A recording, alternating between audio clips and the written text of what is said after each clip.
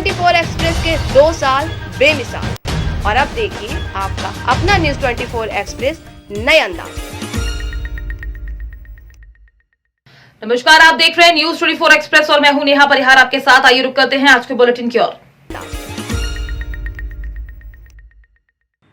AIMIM party कार्यकर्ताओं का सम्मेलन मिशन कंपाउंड बरेली में आयोजित किया गया। इसमें जनता ने बढ़ चढ़कर हिस्सा लिया व मजदूरों, पिछड़ों, दलितों, मुसलमानों के ऊपर जो अन्याय होता आ रहा है, आप उसके खिलाफ आवाज उठाना है। उत्तर प्रदेश की जनता को ताकत देनी है और अपने हिस्से की लड़ाई आपको खुद लड़नी है।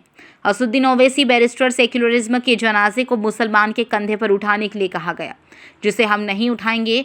हमें वह सेक्युलरिज्म की ज़रूरत है जहां पर हर समाज के लोगों को इज्जत दी जाए। इसमें संविधान का वादा किया हो। संविधान के फंडामेंटल राइट्स को आप पढ़ेंगे तो उसमें लिखा गया है, चाहे समाजवादी, कांग्रेसी या BSC। दूसरी जगह बीजेपी सेक्युलरिज्म का कोई पता नहीं। क्या आप पंजाब के गुरुद्वारे में जाकर किसी सिख समाज के व्यक्ति के खिलाफ कुछ बोल सकते हैं? नहीं बोल सकते, क्योंकि उनकी गैरत जाग जाएगी। वो मुसलमानों को रोज़ गाली दी जाती है और जलील किया जाता है। मुस्लिम महिला माँ अपने बच्चे का घर पर आने का इंतज़ार करती है और जब तक बच्चा नहीं आता उसे सुकून नहीं मिलता। उत्तर प्रदेश पुलिस द्वारा कहीं उसके बच्चे को अल्ताफ की तरह मार नहीं दिया जाए। जहां कासगंज की घटना में अखिलेश यादव ना ही पहुंचे, ना कोई जिक्र किया, और एक तरफ गुप्ता मर्डर केस में अखिलेश यादव पूरे परिवार को आर्थिक सहायता और मदद की, उसी तरह कासगंज की घटना के लिए परिवार की मदद के लिए बैरिस्टर असदुद्दीन ओवैसी ने की मुसलमान को वोट। आप इधर उधर पार्टी पर नहीं जाएगा। वह AMI पार्टी को आपकी वोट की ज़रूरत है। MI पार्टी के साथ कंधे से कंधा मिलाकर बराबर की हिस्सेदारी से लड़ाई लड़नी है।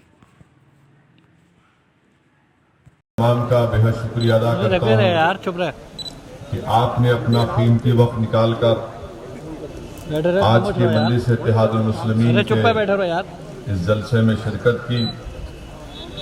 अभी आपने मोहतरम जनाब शौकत साहब को उनकी बसीरत फरोज खिताब को सुना। उससे पहले जनाब कलीम हफीज साहब और वारिस पठान साहब ने भी आपके दरमियान में आकर अपनी बात को रखा। मेरे अजीज दोस्तों और बुजुर्गों, मैं आपके सामने सिर्फ यही गुजारिश करने आया हूं कि भारत के संविधान के तहत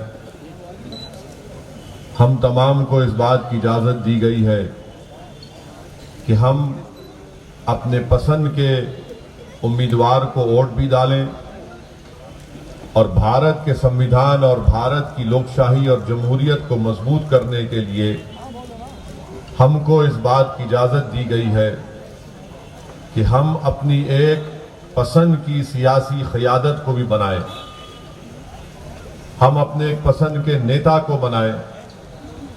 और जब आपकी सियासी क़यादत और नेता बनेगा तभी जाकर आप बाबा साहेब अम्बेडकर ने जो संविधान में जिस बात का जिक्र किया, संविधान के प्रेम्बल में, जिसमें लिबर्टी, आज़ादी, इक्वालिटी, मसावात, जस्टिस, इंसाफ, फ्रेटर्निटी, भाईचारगी, ये चारों चीजें भारत में अगर अक़लियतों को हासिल करना है, जिसको हिंदी में अल्पसंख्यक कहते हैं, तो उन माइनॉरिटीज को, अक़लियतों को ये बात आज समझने की ज़रूरत है कि जब तक आप सियासी तौर पर मुतहरिक नहीं होंगे, जब तक आप अपनी एक सियासी अहमियत को और अपने वोट की अहमियत को अगर आपको बरकरार रखना है, क्योंकि आज उत्तर प्रदेश हो या भारत के बहुत से प्रदेश या रियासतें हो, वहां पर भारत की सबसे बड़ी अक़लियत मुसलमान है। उसके बाद हमारे ईसाई भाई हैं, सिख भाई हैं, जैन भाई हैं। इनके वोट की कोई अहमियत नहीं रही। आज मैं बिल्कुल खुलकर आपसे कह रहा हूं, क्योंकि मैं अल्फाज चाप कर बोलना मेरी फितरत में नहीं है। मैं खरी खरी और सच्चाई को बयान करना ये मेरा मकसद रहा है। और इसीलिए जब मैं इन तल्ख और सच्चाई भरे जुमलों को अदा करता हूं तो बहुत से लोगों को पेट में दर्द शुरू हो जाता है, मगर सच्चाई ये है, आज उत्तर प्रदेश में मुसलमानों के वोट की कोई अहमियत नहीं है, आपके कोई वोट की अहमियत नहीं है। क्यों नहीं है? इसलिए कि बीजेपी को आपके वोट की जरूरत नहीं है, बीजेपी को आपके वोट की जरूरत नहीं है। आप पूछेंगे तुम कैसे बता रहे हो, तो आप देख लीजिए भारत की पार्लियामेंट में, संसद में 300 से ज्यादा बीजेपी के अरकान पार्लियामान है, एक भी मुसलमान नहीं है।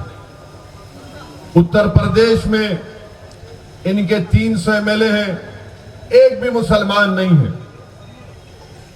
अब दूसरी जानिब आप आइए, समाजवादी पार्टी है, कांग्रेस पार्टी है, बीएसपी है, इनको ये लगता है कि मियां हमको छोड़ के कहां जाएगा। इनको ये लगता है कि ये मियां हमको छोड़ के कहां जाएगा, हम ही तो इसके चौधरी हैं और हम ही तो इसको बचाते हैं, ये हमको छोड़ के कहां जाएगा। तो हुआ क्या कि आप दोनों तरफ से पीछे जा रहे हैं। समाजवादी से पूछिए, पार्टी है, कांग्रेस पार्टी है, बीएसपी है, इनको ये लगता है कि मियां हमको छोड़ के कहां जाएगा।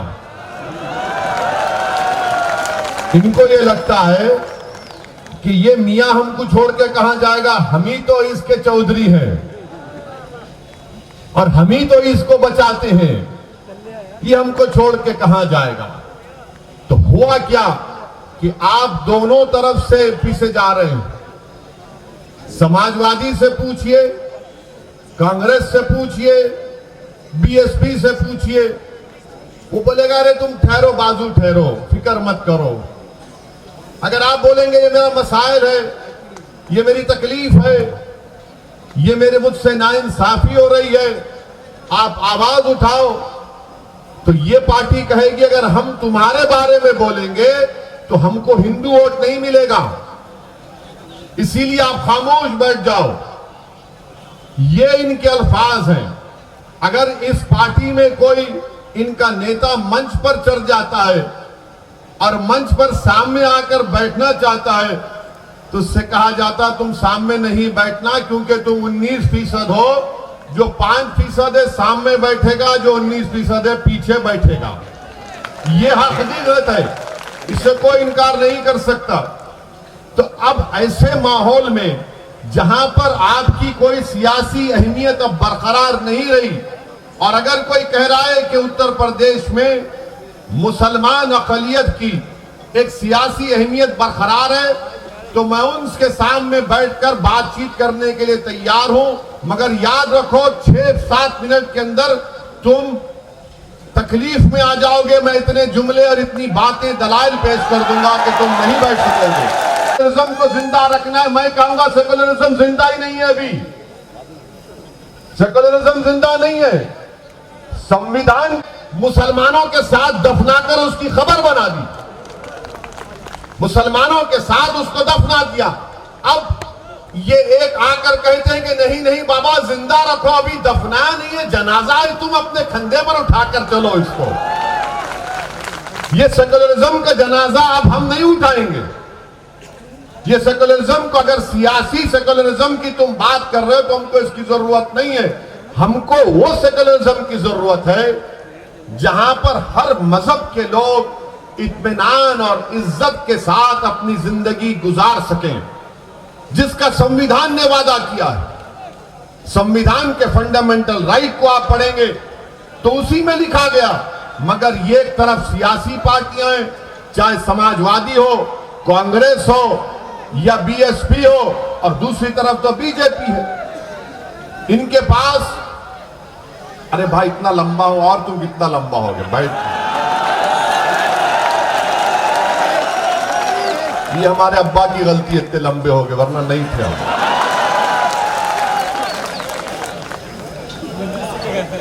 तो मैं आपको बता रहा था कि ये सेकुलरिज्म के नाम पर आपके पास आते हैं, अच्छा, अब समाजवादी पार्टी क्या कर रही है?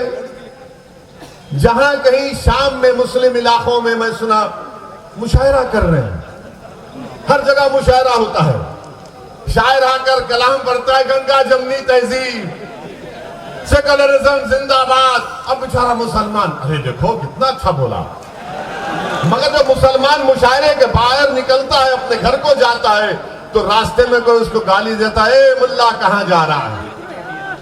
उसको जब पता चलता कि यार ये तो मुशायरा था, शायर ने तो शेर कहकर दाद हासिल कर ली, मगर मुझे तो रोज ये अल्फाज और अशार सुनना पड़ते हैं, मुल्ला ये मुल्ला वो।